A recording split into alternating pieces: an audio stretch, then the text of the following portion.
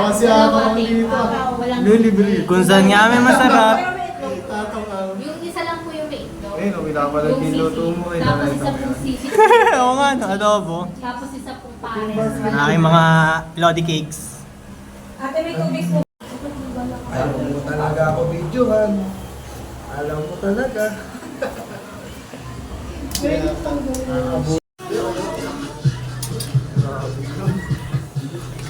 Vlogger ng dating. Kain pa, guys. I-offset na lang yun sa... Pares overcook. Nagawa yun si Milo. Comeback. No. Kakambak ba, kakambak.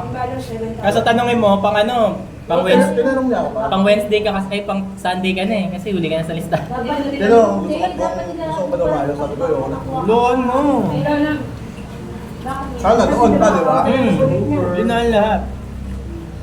Pinukuha na ako ng pinukuha. Tapos pwede.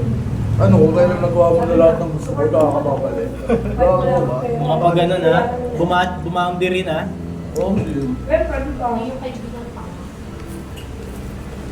Ulat ako yung punta na bahay, paglabas mo lang doon. Sino kasama? Solo lang? Ito lang. Hindi nakita nila kaya Kenneth. Totoo nga. Sa bahay. Ah, dito sa Pasig.